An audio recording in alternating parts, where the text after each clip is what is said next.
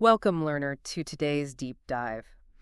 It is incredibly easy to look at a massive skyscraper or like a sprawling global corporation or even just someone who seems to have completely mastered their life and think they must have had some kind of tangible advantage. Oh, absolutely. I mean, we naturally look for the physical building blocks of success, right? Mm. Inherited wealth, elite connections, or maybe just blind luck. Yeah, exactly. We're always searching for the bricks and mortar. But what if the very foundation of all that achievement isn't physical at all? Today, we are exploring a premise that sounds almost, well, too simple to be true. And that is that all achievement, all earned riches, have their absolute beginning in an idea, just an intangible, invisible thought. It's a pretty radical premise, honestly, Yeah. especially when you consider exactly where we are pulling this from today. Right, the source material is wild. It really is. We are diving into excerpts from a digital republication of the 1937 classic Think and Grow Rich by Napoleon Hill. And, this isn't just one person's armchair philosophy. No, not at all. This manuscript is the distillation of 25 years of research into the lives of over 500 of the wealthiest, most successful individuals in American history. And the whole project was actually sparked by a challenge from the steel magnate Andrew Carnegie, right? He basically wanted a codified, replicable philosophy of achievement. Exactly. Which is why this material really isn't designed for just a passive skim. It was constructed to be studied and digested. While the original framework uses the accumulation of money as its primary metric, what we're really unpacking today is a foundational blueprint for mastering human psychology. Yeah, it's about the mind. Right. We are examining the exact mechanics of how an invisible idea is transmuted into a physical reality. So our mission for this deep dive is to map out that transmutation process. Like, how do you get from a thought popping into your head to holding the actual results in your hand? Well, according to the research we are looking at, you definitely cannot start with a casual wish. Right, the absolute starting point is desire. But I feel like we have to clarify what that word means in this context. Because if someone says, I wish I had $1 million or I wish I had a better job, that kind of passive wanting doesn't really trigger anything, does it? No, not at all. Passive wanting always leaves room for retreat. The source material makes a really hard distinction between a wish and a burning desire, or like a consuming obsession. You have to burn the bridges behind you. Yes. Yeah. To turn an idea into reality, you leave yourself no out.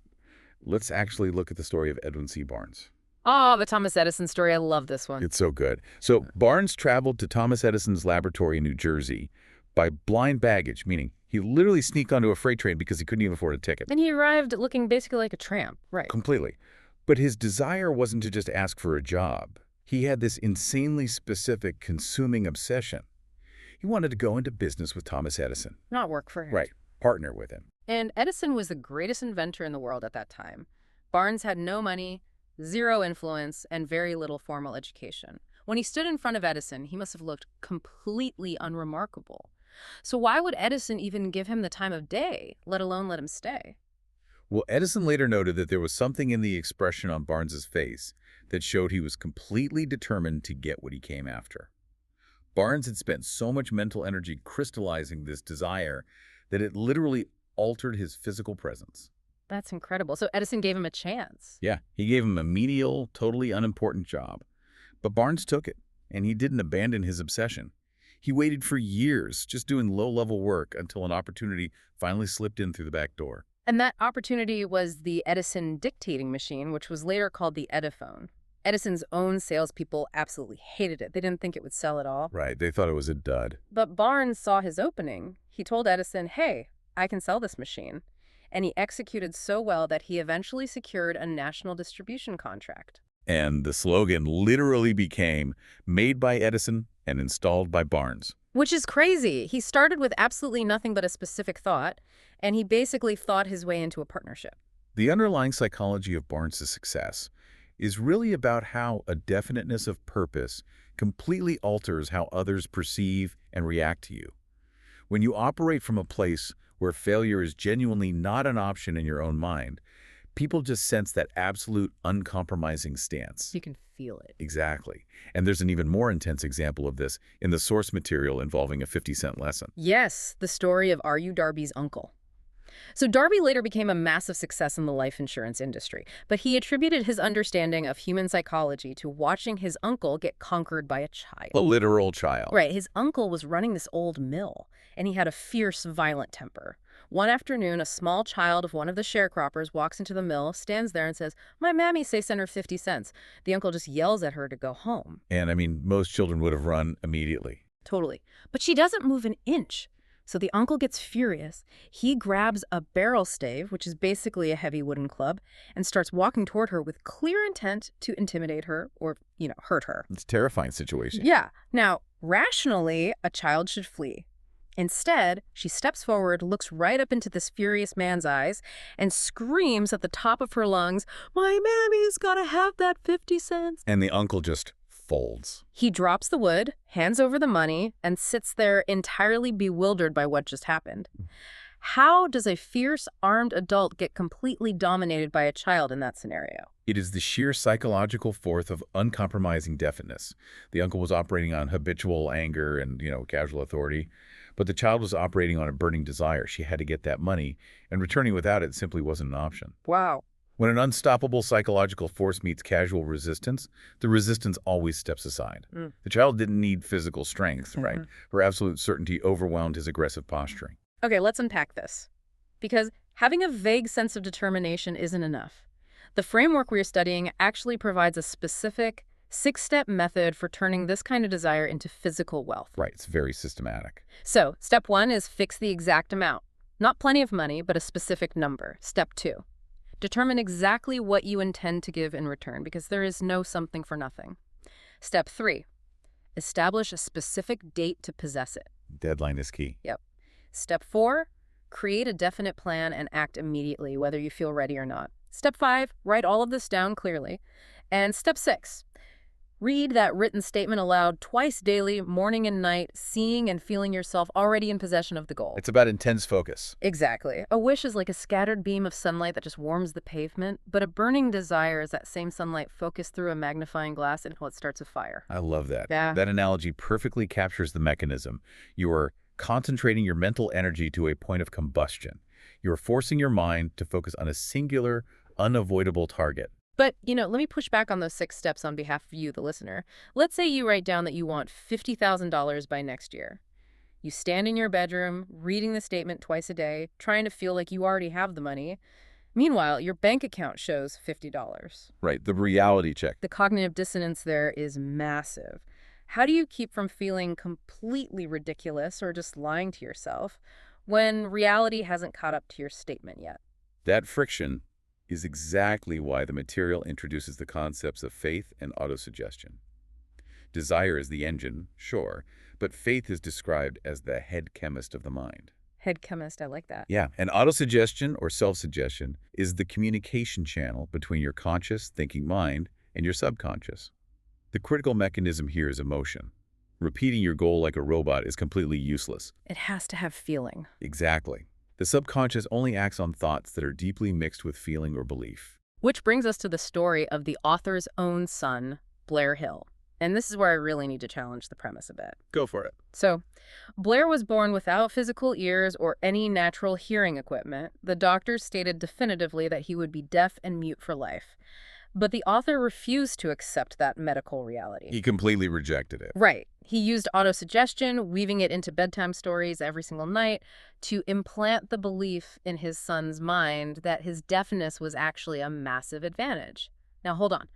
Today, we'd probably call that toxic positivity, or straight up delusion. It's definitely a controversial application by today's standard. Right. Like if someone is born entirely deaf, telling them they have a secret advantage, isn't that just a dangerous white lie? It sounds like it, but we have to look at how the source material views the architecture of the mind here.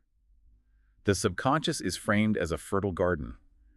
It does not care what you plant. It just grows whatever is there. Exactly.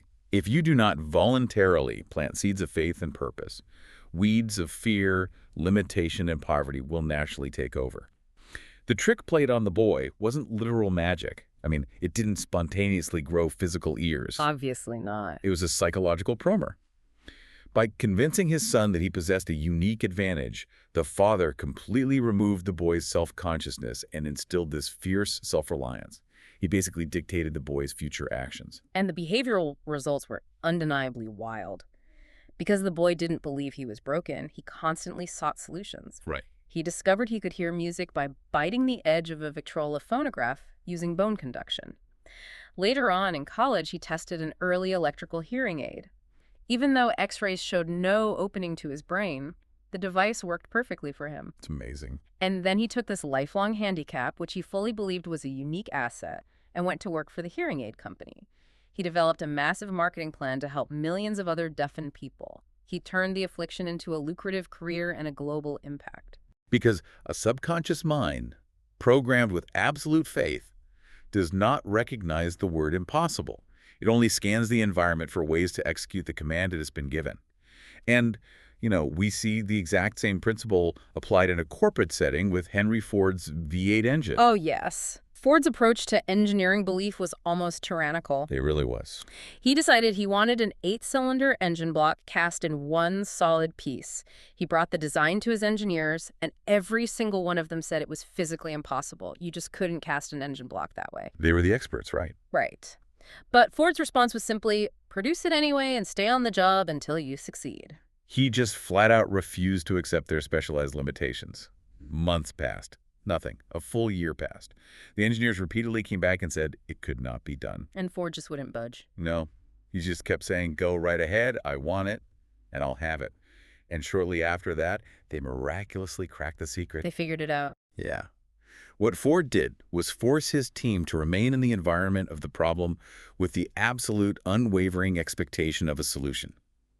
He left their subconscious minds absolutely no avenue of retreat. Here's where it gets really interesting. Priming your mind with burning desire and unshakable faith is crucial, but you cannot just sit in a room believing really hard and expect a V8 engine to build itself. No, you definitely need the mechanics. Right.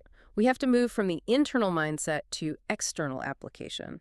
This requires the actual tools of achievement, which the text identifies as specialized knowledge and imagination. And the distinction made between general knowledge and specialized knowledge is so vital here. There is this common misconception that knowledge is power. We hear that all the time. Constantly. But the research states clearly, knowledge is only potential power. The faculties of great universities hold massive amounts of general knowledge, but they rarely accumulate vast fortunes. Knowledge only transforms into power when it is organized into definite plans of action and directed toward a specific end. That perfectly explains the famous Henry Ford libel suit. A Chicago newspaper published an editorial calling Ford an ignorant pacifist, so Ford sued them for libel. Naturally. During the trial, the newspaper's lawyers peppered Ford with obscure history questions to prove to the juror that he was, in fact, ignorant. They asked him things like, how many soldiers the British sent over to put down the rebellion of 1776. Just trivia, basically. Exactly. Finally, Ford leaned forward and essentially said, let me remind you, I have a row of electric push buttons on my desk. I can push a button and summon a man who can answer any question I desire. Why should I clutter up my mind with general knowledge when I have experts who can supply it? I love that. Ford understood the true definition of education. The word actually derives from the Latin root educo, which means to draw out or to develop from within. Oh, that's interesting. Yeah. An educated person is not someone who has memorized a mental encyclopedia. An educated person is someone who has developed the faculties of their mind so well that they can acquire anything they want, or its equivalent, without violating the rights of others. Ford organized specialized knowledge. He didn't need to hoard general facts. General knowledge is like owning a massive hardware store. You have every single nail, hammer, and screw ever manufactured just sitting in boxes. But specialized knowledge, combined with imagination, is knowing exactly which 3 specific tools you need to build a rocket ship. That's a great way to put it. And the imagination is the workshop where you draw up those rocket ship blueprints. The source text breaks imagination down to 2 distinct types, synthetic and creative. Right. So synthetic imagination is the act of arranging old concepts, ideas, or plans into new combinations. It doesn't create anything fundamentally new out of thin air. It just reorganizes past experience and education. While creative imagination is different. Very different. Creative imagination, conversely, is described as the faculty through which the finite mind connects with infinite intelligence. It is the source of pure inspiration or sudden hunches. However, For the purpose of building wealth or executing a business plan, synthetic imagination is the tool used most frequently. You see synthetic imagination perfectly in the story of the enchanted kettle. A young drug clerk named Asa Candler took his entire life savings, $500, and bought an old brass kettle, a wooden paddle, and a secret formula on a slip of paper from an old country doctor. Such a classic story. Yeah, Candler didn't invent the formula. He didn't invent the kettle, but he added one invisible ingredient to the mix, and that was his imagination. He synthesized a massive, unprecedented marketing plan, and that kettle eventually birthed the Coca-Cola empire. Incredible. He just took existing elements and organized them into a definite world-changing plan. Another fascinating example of organizing knowledge into a definite plan is the clergyman Frank W. Gonzalez. He had a desire to start a new kind of practical college where students learned by doing. He calculated he needed $1 million to start it. But for 2 years, he had the desire. And he just passively thought about it. Nothing happened. Then he made a concrete, definite decision to get the money within 1 week. The moment he put a deadline on it, his imagination just kicked into gear. Exactly. He decided to preach a sermon titled, "What I Would Do If I Had $1 Million." He poured his absolute conviction into that sermon. He painted a vivid picture of the college.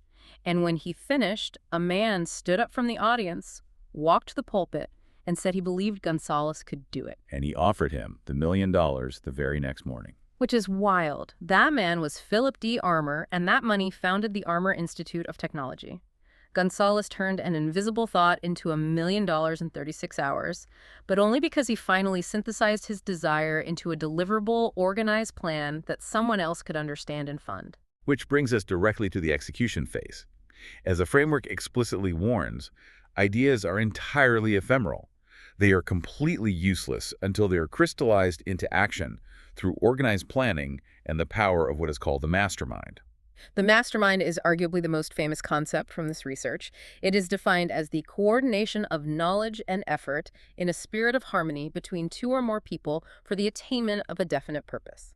Because no single person has enough experience or native ability to ensure massive success entirely alone. Right. And the absolute non-negotiable rule of a mastermind group is harmony. Right. If the individuals are competing or if there is underlying friction, the principle fails completely. You really need multiple minds functioning as a single amplified intelligence. But let's look at the reality of execution for a second. Even with a mastermind, even with specialized knowledge, things fall apart. Look back at R.U. Darby's uncle. Oh, the gold mine. Yeah. He bought mining machinery, started digging for gold, and found a rich vein. But then the vein just disappeared. He hit a fault line. He kept drilling, found nothing, and finally just quit. If someone follows all the steps and still hits a wall like that, how does this philosophy interpret that failure without encouraging people to just give up? Well, if we connect this to the bigger picture, the distinction made here is the semantic and psychological difference between temporary defeat and permanent failure. Temporary versus permanent. Right. When the uncle quit, he sold all his machinery to a junk man for a few $100s. But the junk man didn't just start blindly digging. He utilized specialized knowledge. He called in an expert. Exactly. He hired a mining engineer to assess the fault line. The engineer calculated that the vein of gold would pick up just 3 feet from where the uncle had stopped drilling. Oh, man. And the junk man made a fortune. Why? Because the uncle accepted temporary defeat as permanent failure. 3 feet from gold. It's devastating, but it proves the point perfectly. Exactly. The philosophy dictates that temporary defeat simply means your current plan was flawed. That's it. It is not a judgment on your personal worth, and it does not mean the goal is impossible. It is merely an invitation to build a new, better plan. To quote the text, "A quitter never wins, and a winner never quits." When you combine the resilience to overcome temporary defeat with a harmonious mastermind, the results scale exponentially. Charles M. Schwab is the ultimate case study here. Yes, the U.S. Steel story. In 1900, Schwab was essentially Andrew Carnegie's right-hand man. But Schwab used his synthetic imagination to draft a massive plan to consolidate the entire fragmented steel industry. He organized a mastermind environment by giving a 90-minute speech at a university club dinner in New York. A very high-stakes dinner. Exactly. He had to convince J.P. Morgan, the most powerful financier in the world, to buy out Carnegie. And we really have to examine how Schwab's mastermind functioned in that room. He didn't try to force Morgan or the other magnates. He synthesized a vision where everyone profited by eliminating duplication and inefficiency. He showed them the upside. Right. He demonstrated what the research calls leadership by consent rather than leadership by force. Dictators and forceful bosses eventually face rebellion. True, sustainable power comes from cooperation and outlining mutual benefit. By painting a picture of unparalleled efficiency, Schwab convinced Morgan to act. And that single 90-minute synthesis of ideas created the United States Steel Corporation, turning a thought into an estimated $600 million in profit. Just mind-blowing. So what does this all mean? If we trace the through line of everything we've unpacked, it creates a very clear architecture for you. Achievement doesn't start with money. It begins as a burning desire, a consuming obsession that leaves no room for retreat. Right. That desire is sustained and grown by faith and autosuggestion, which programs your subconscious mind to expect success and look for solutions. It's then equipped by specialized knowledge, organized by your synthetic imagination into a workable blueprint, and finally executed through a harmonious mastermind group that simply refuses to accept temporary defeat. And it is crucial to remember that this sequence isn't some artifact of the 1930s. It works precisely the same way today. For anyone seeking to market their personal services or, launch a tech startup or pivot their career. The mechanisms of human psychology, how we perceive definiteness of purpose, how we respond to organized plans, and how our subconscious drives our actions, none of that has changed. It's a powerful reminder that you have absolute control over your own mental real estate. The invisible structures you build in your mind will eventually dictate the physical structures of your life. Absolutely. And on that note, I want to leave you with a final provocative thought to consider. We spent a lot of time discussing how a mastermind requires perfect harmony to accelerate your definite purpose. Yeah. Look at the people you interact with daily. That's a tough audit for some people. It is. And look closely at the digital environment you consume. The content, the social media algorithms, the news feeds. Are those inputs acting as a harmonized mastermind, pushing you toward your specific goals? Or are they subtle forces of temporary defeat, constantly planting weeds of fear, distraction, and doubt into your subconscious? Who exactly is sitting at the table of your personal mastermind? That is a phenomenal question to evaluate, because if all achievement begins with an idea, the environment where you let that idea grow is everything. Protect that mental workshop. Thank you so much for joining us on this deep dive. We hope you take these blueprints and start examining your own foundation. We will catch you on the next one.